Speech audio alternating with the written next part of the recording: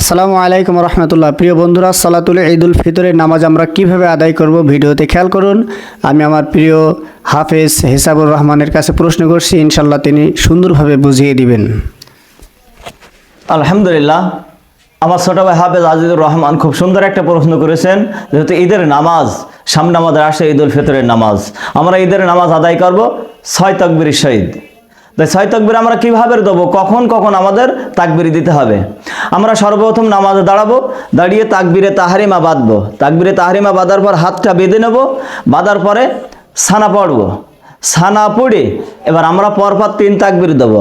আল্লাহু আকবার, আল্লাহু আকবার, আল্লাহু আকবার।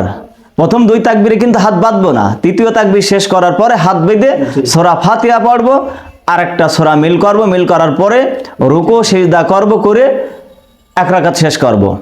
এবার দ্বিতীয় রাকাতে আমরা সূরা ফাতিহা পড়ব, এরপরে আরেকটা সূরা মিল করব, মিল করার পরে আমরা আবার 3টে তাকবীর দেব এইভাবে।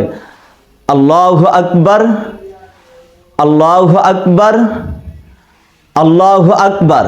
3 তাকবীর শেষ করার পরে আরেক তাকবীর দিয়ে আমরা রুকু সিজদা করব। ভিডিওটি আপনারা শেয়ার করে দেবেন যাতে আরো অনেক মানুষ ভিডিওটি দেখে উপকৃত হতে পারে এবং ঈদের নামাজ শিখে নিতে পারে ইনশাআল্লাহ।